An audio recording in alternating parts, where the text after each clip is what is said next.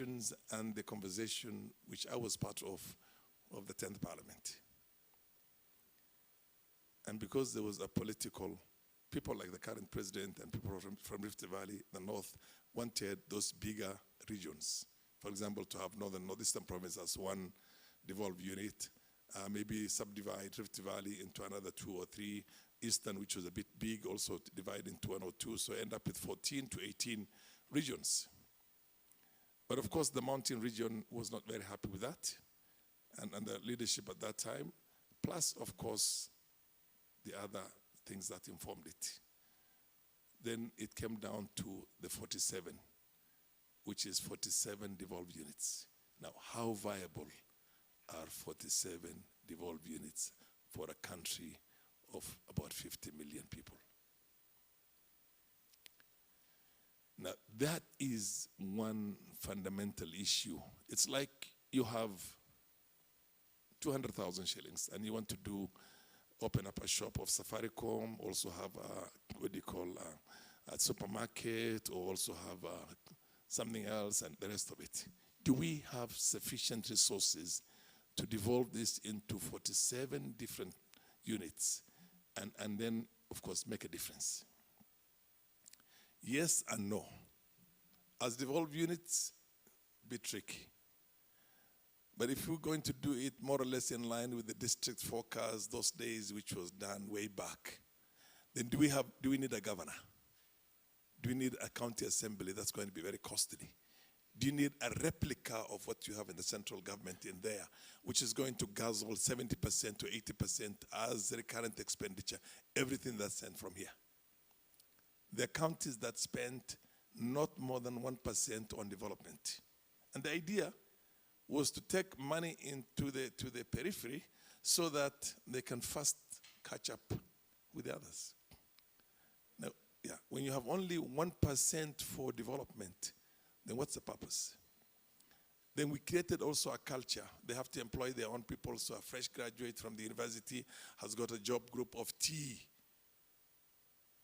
Somebody comes from university, joins the public service, takes 30 years to get to job group S and whatever they call it, T and R.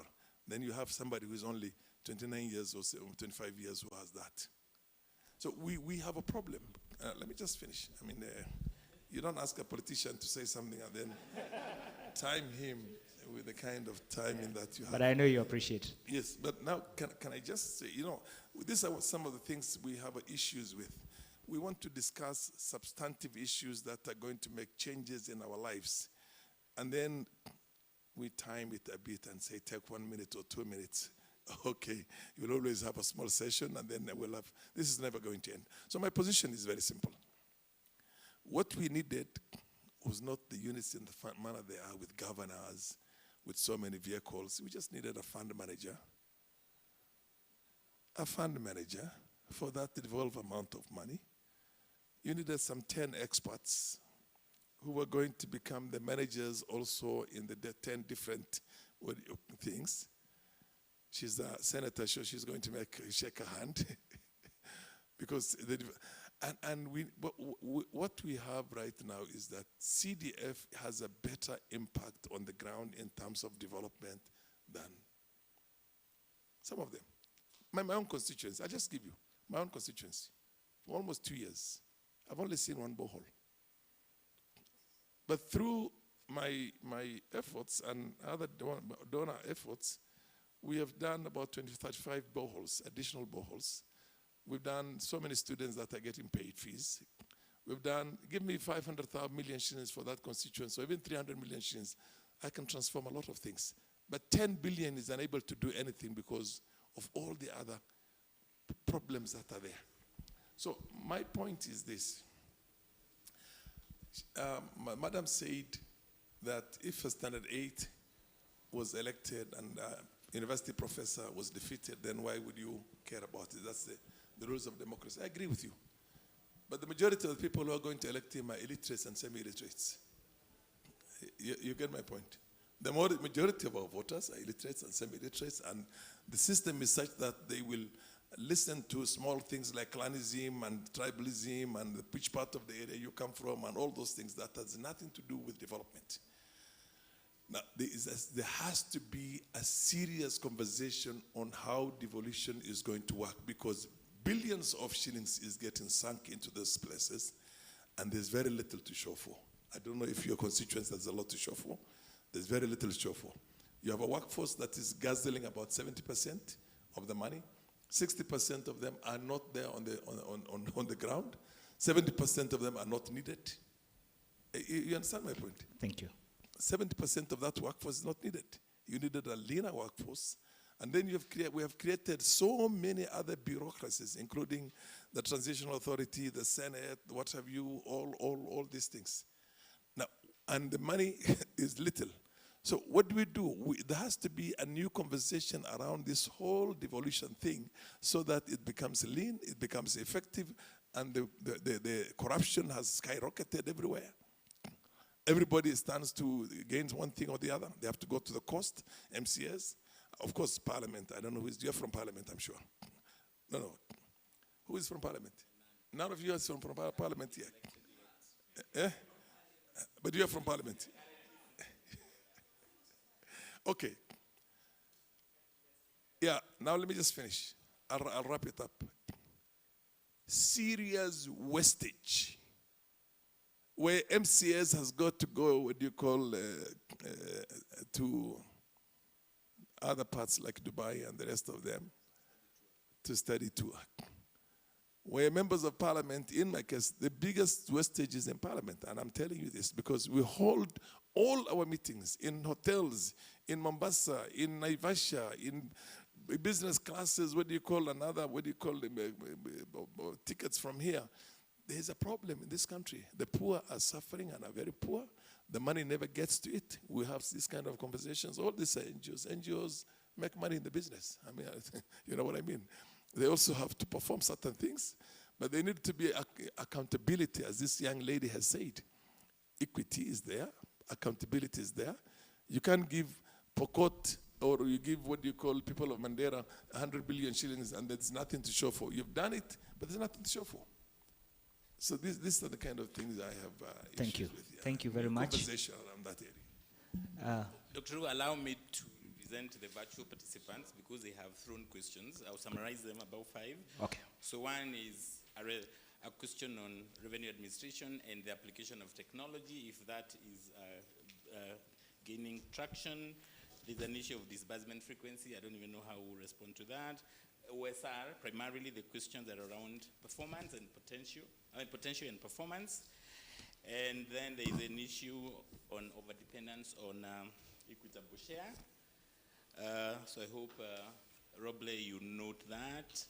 And then there's an issue of costing of functions, and related to that is, on concurrent functions, is national government also, running white elephants? And the example here is the CAIPs, the County Aggregation Industrial Parks. The other question is other options of financing. So there is an example here, county infrastructure bond, innovative health financing, pretty much getting resources outside the exchequer. The 5th one for Shiro is citizen engagement. It's an issue of approaches, timing, innovation, especially in the digital automation point of view. And then there is something there, Shiro, for other pressure points beyond kunyoroshwa kwa debe, not waiting for the 5 years. And then the other question is around institutional strengthening of the county assembly in terms of undertaking oversight, but also the county executive in management, expenditure management pretty much. So we also represent the virtual participants. Thank you very much. Colleagues, we have run out of time. But what I have just heard is that this has to be beginning of a conversation, and we'll definitely have another one. So don't feel the pressure that you must address everything. We are in this space. But allow me to start with, I don't know whether I start the other way around or let me start here. There's been a lot for the National Treasury. Address what you can address in, again, another 2-3 minutes, and then the rest I'll ask to keep a bit shorter, and then we can bring this to a close. Over to you. Yeah, thank you so much. I will start with the last question, where there is a proposal to consider infrastructure bonds. Yes, this is a new frontier to see how we can mobilize resources. It is welcome. I also want to look at this mention of OSR and revenue management system. I want to point out that National Treasury is cognizant of this, and we have OSR policy in place, and we are also doing what we call the integrated revenue management system that will be developed and funded by national government, so that we have a uniform system across the country. There was I'm just going the way participants were making. I wouldn't agree more really with the Honorable Farah that there is a lot of waste in county government.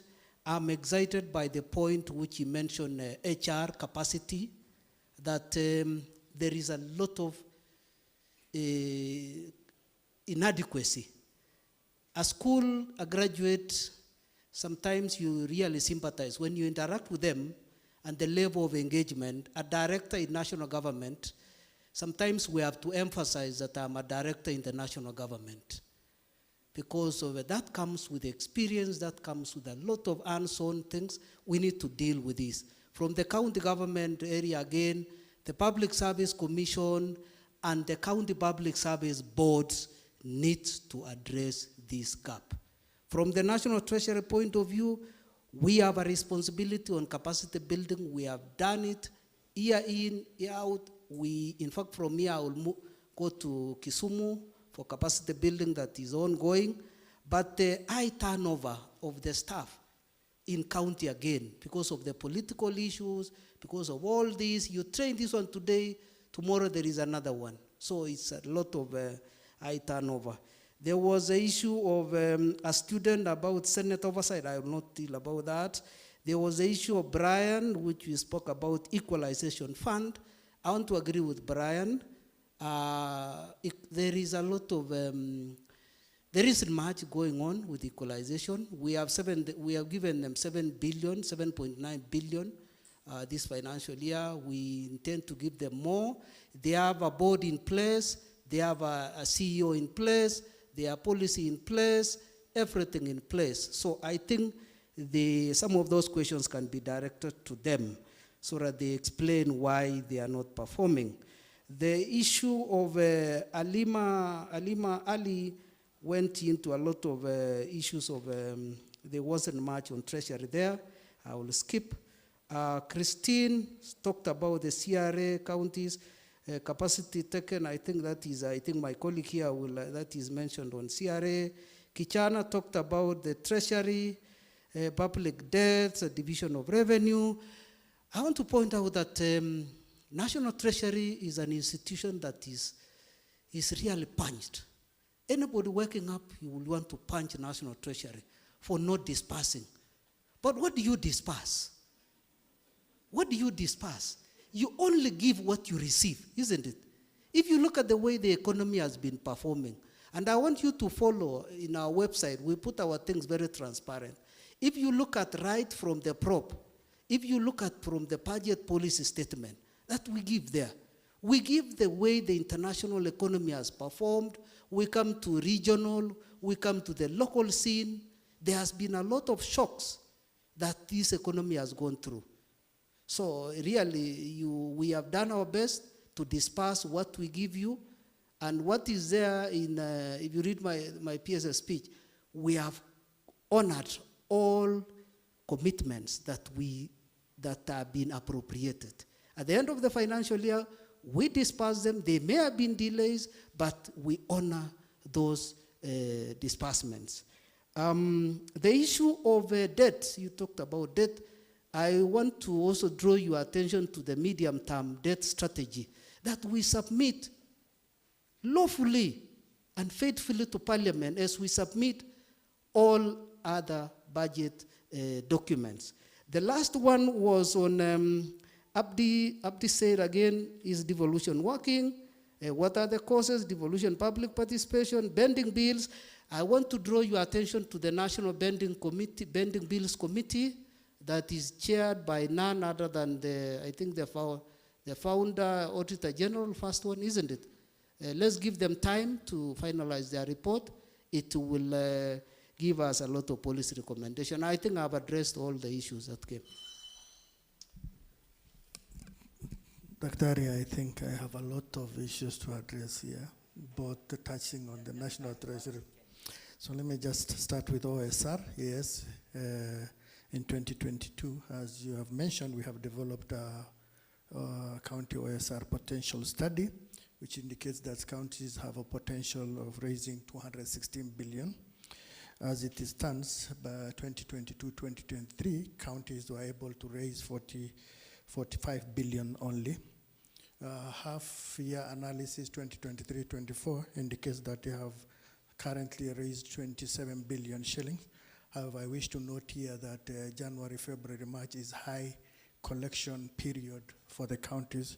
So we see that there is an improvement of 28% from the previous year. In general, we have a deficit of potential of 171 billion for the counties to raise their potential. We have been disseminating the potential to individual counties. So far we have done 12. And based on the strategies we have developed with them, they have improved their OSR collection, and we believe that all counties. On fiscal decentralization, let me mention here, and I also want to mention that I come from the same county with Honorable Farah Mali. He can bear me witness is the fiscal decentralization died at the county headquarters, meaning that the sub-counties are all dead.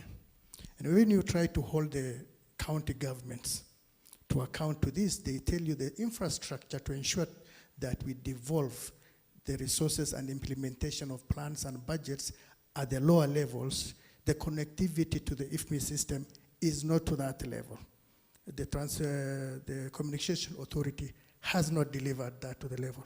That's why we are operating at that. The counties are operating on a centralized base of accounting, which impedes development at the lower. In fact, businesses at the lower levels have been closed, and people have migrated to source for government projects at the county headquarters.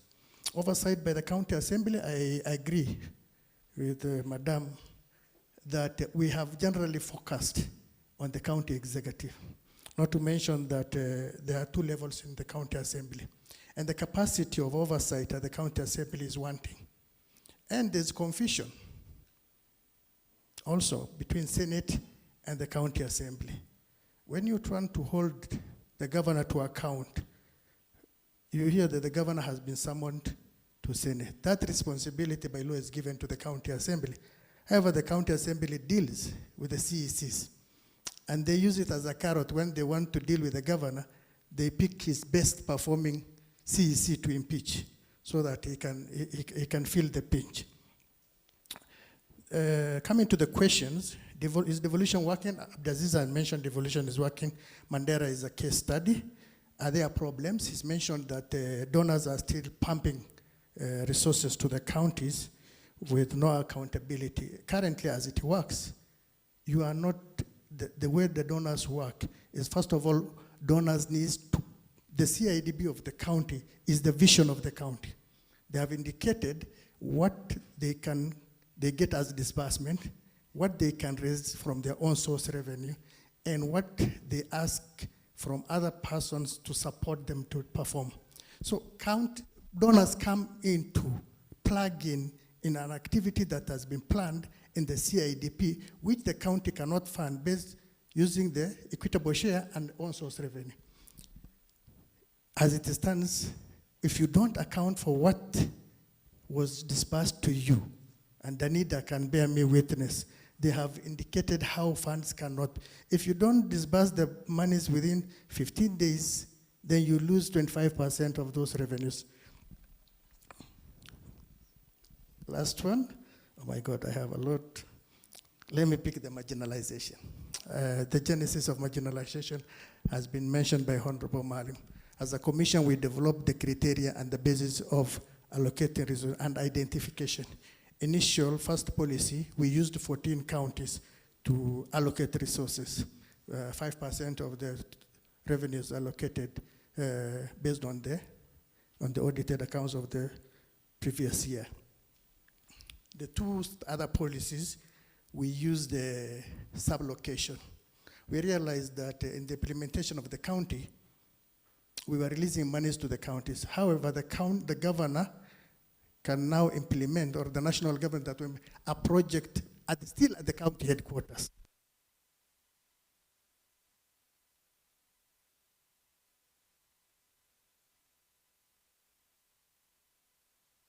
Thereby, we realized there are marginalizations still occurring.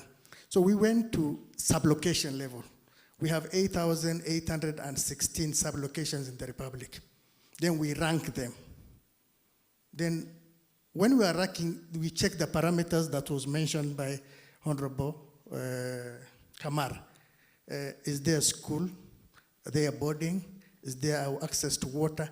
If you tick the boxes, you don't fall in the short list. So we draw a line at a certain point. Then we have currently, the second policy had 1,474 approximately sublocations, which resources were allocated to them. We set the criteria of allocating, but the implementation is done by the Equalization Funds Board. There was challenge in the implementation of the first policy. There were court cases, and the implementation was done at the national level. Of course, the projects were valued, what have been done and what have not been done. The pending bills have been cleared. The second policy plus the first, there was a policy that was left out. That was when devolutions 2010, 2011, 2012, included to the third policy, is currently being implemented. Tarusa has meant that they have already disbursed some money. On whether, the question was, this fund was made for 20 years. Devolution is currently 12 years. We have 8 years remaining. What are we going to do at this? I believe, let us first implement the resources we have. If we move from the level of marginalization, then we do not need to extend. But if we realize that there are resources that have not been met and time have been wasted in court, then Senate and National Assembly has a responsibility to extend the implementation of the policy. As it stands, we have realized that as the court cases were continuing, there are counties that went out, sublocations that went out of the marginalization. Case studies, Kitui County. 15 sublocations, when we went to reevaluate, we realized that have been funded through the equitable share and are no longer in the equalization. So there's some development going on. Thank you. Thank you very much. This way I touched that. Yes. Because GK has to, and tell all of us to move on. Yes. Yeah. Thank you. 5 seconds max. Issues of justice aside. Now, on the CDF question, Honorable Malim, National Assembly has been too hostile to devolution. And I want to put it to you that devolution brings an additional aspect to CDF that CDF cannot have, which is the political representation. CDF is a fund. It's got some administrative capacity. It lacks the political representation that's very important for citizens. And you can hear, because of devolution, communities are being pulled out of poverty. So what we actually need is to move that CDF money, put it into the county funding mechanism at the very local level to fill the gap. Because beyond sub-county to the village, there is not enough money. CDF needs to go there so that we stop splitting money. All this is taxpayers' money. It's not MP money, governor money. And it is being wasted through these various mechanisms. So I would argue, please be convinced, let CDF come onto the county structure, but putting citizens in control and with strong mechanisms. Maybe another thing is to say that there was a question on public participation in OSR. And there are examples, there are best practices of how to do this. And there was one, actually a very old one, that, you know, we have good practices, I'm sure there are others, and maybe now we need to start training based on best practices, where it is about giving information to communities, where they are able to, they know, because you need the information about the tax base. So that should be in the hand, let's say a market committee. They know there are 200 stalls. Each stall pays so much. So this area is supposed to give that. So the market committee has the information. They'll even do the compliance, because they know Mama so-and-so has been sick for 2 weeks. She will not contribute. So so what we need is, let us be serious about decentralizing the mandates, and doing so to put citizens in charge, because devolution is not about political members giving money and handouts. It's about self-governance. So there are best practices and there are principles which I had shared earlier. I can't repeat again. Maybe the last thing, there was a question about capacity. And I think it's been addressed, but this human resource capacity is a big gap, because national government retained a lot of the capacity. In fact, if you look at the wage bill of the national government, it's been expanding. And that is why national government now has to take county functions, because how will it justify that its wage bill is expanding? So we still have a big wage discussion so that we can support devolution while ensuring national government and county government have enough capacity. Last thing, this is a political problem. That is why we have a medium-term debt strategy paper that is not adhered to.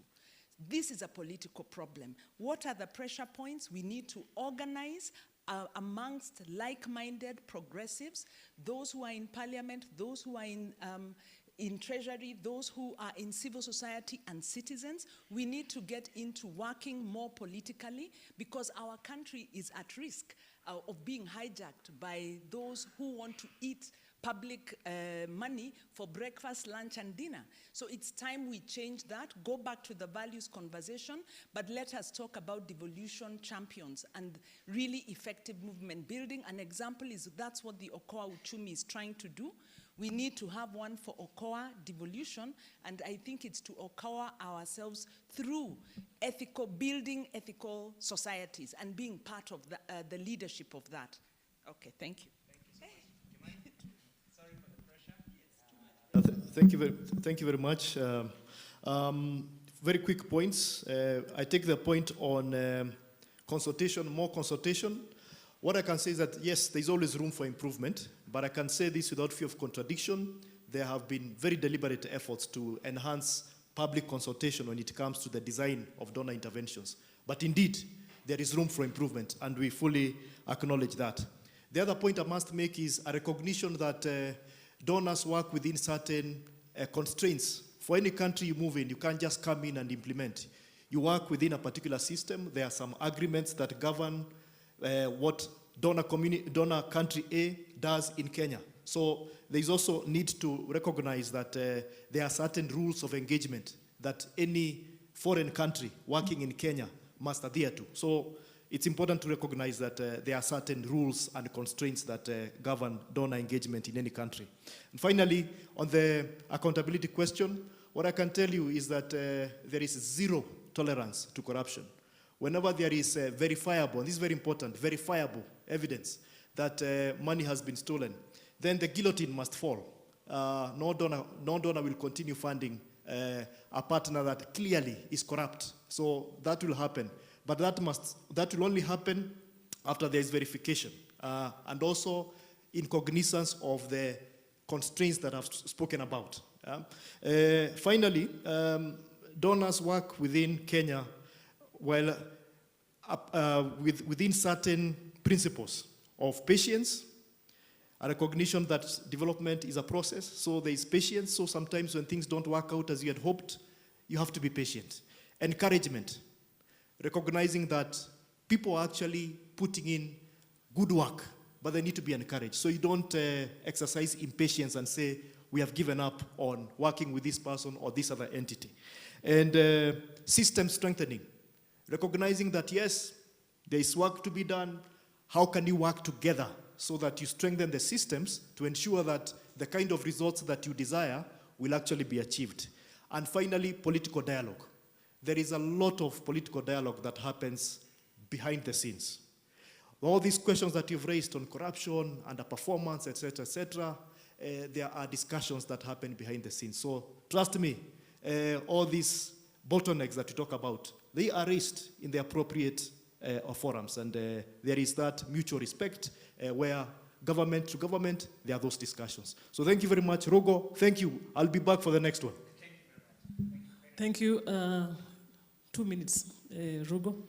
I think for me, let's invest in strengthening intergovernmental relations, intragovernmental relations. Can we strengthen institutions of oversight and accountability? I think that has continuously become the missing link or the weak link in devolution. So let's strengthen that. Number 3, compliance. Compliance to laws, enforcement, because every time we talk about having good laws, very good laws, but we shelve them. Implementation is a problem. Enforcement is a problem. Compliance. You can imagine if you complied to the PFM, the Procurement Act, like Kiptoro is talking about, I think it would go very far. Number 3, addressing emerging issues. Some of this we sometimes forget. That's why we are struggling with floods, spatial planning. We approve very wrong plans. We just have refused to go back and say, by the way, there could be disaster. Can we invest on these issues of climate change, disaster risk reduction, the issue of pandemics, so that we are not stranded? We tend to forget. The moment we are out of the floods, we forget. We move on. We have come out of a pandemic, we forget, we move on. Can we begin to start planning and planning well? Then, of course, research and data, evidence-based, research to inform policy and legislation so that we have adequate legislation. I agree to further decentralization. We had started a concept on bunge mashinani, further decentralizing to the lowest level of government so that we address this issue of, decentralizing. It's a fact, we think and address it. Then, of course, I am also joining forces with Joseph. We must elevate the conversation of decentralization and devolution.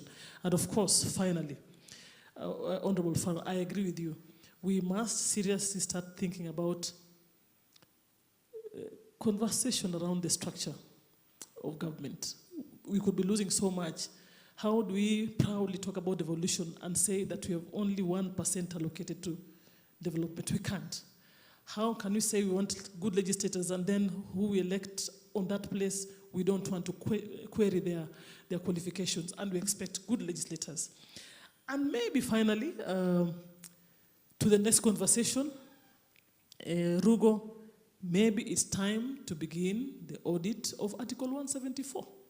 How have we performed when it comes to fostering national unity, when it comes to powers to the people, self-governance, recognizing the rights of communities, protecting and promoting the interests and rights of the people?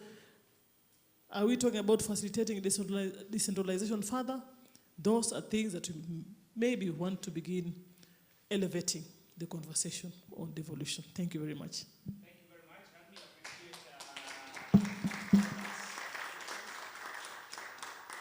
okay, your wisdom now. Thanks. For having me. Let's appreciate them better, please. Thank you very much. And Dr. Rugo is appreciating you with a clap. I am appreciating you with a gift. So I will ask John to hand over a gift, more of a memorabilia, from Strathmore University. Do you need help to carry? Please, if you can, I will start with Kiptorus. You can move the seat so that she is able to get a photo. So he's there. So shake his hand and you look at the camera. Let me help you. Let me hold them. Yeah.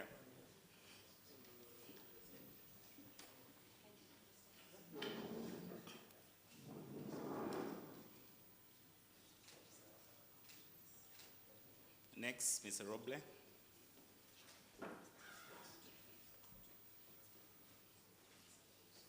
Telling us.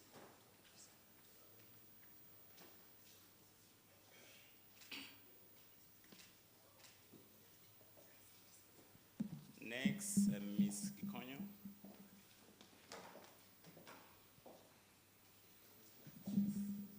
watching the camera.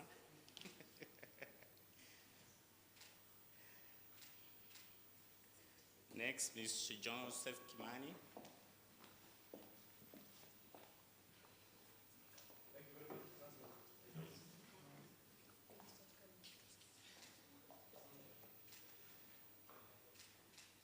Thank you, Ms. Judy Oduma.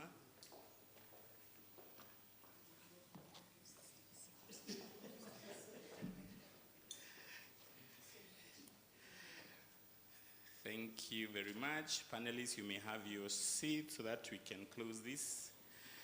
And on a day-to-day, John does not, sorry, who is that we haven't given? No, we have two more for you and for Dr. Rugo. Oh, really? Yes. Awesome. So, here for Dr. Rugo.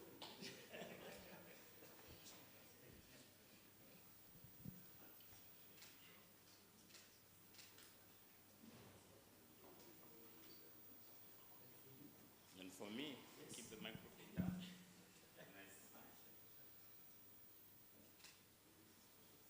Thank you very much. And on a day-to-day, John Kinuthia does not just give gifts. He's a senior programs officer at IBP Kenya. So we'd like to close. Sorry? Oh, who's that? It's for who? Wow, thank you very much. So quickly as we close, what you would call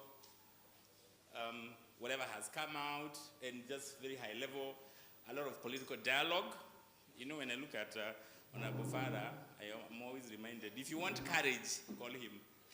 He will demolish whatever you have. So political dialogue is important. What was coming out? The whole thing of social transformation is very much embedded on devolution, so deepen, implement it. The thing of tax revenue, whether it is OSR or the transfer, it's an issue of the golden eggs from the golden goose. Kenyans, fellow Kenyans, we must answer the question, and I'm hearing it. Government income comes from business. So how do we have investments in businesses so that national government and even counties, you have a source of income? Very fundamental. The fiscal contract, KK has talked about it. And the issue for citizens is fix the accountability deficit. Citizens have no problem giving money if they see what the money is doing. Fix the accountability deficit. For intergovernmental, fix the intergovernmental trust. It's a big, big issue. Alignment and harmonization of development planning, and obviously implementation, whether it is to the international, development goals and national and county. What else is coming out? Strengthen oversight. Strengthen institutions, work with citizens, be creative, all manner of approaches.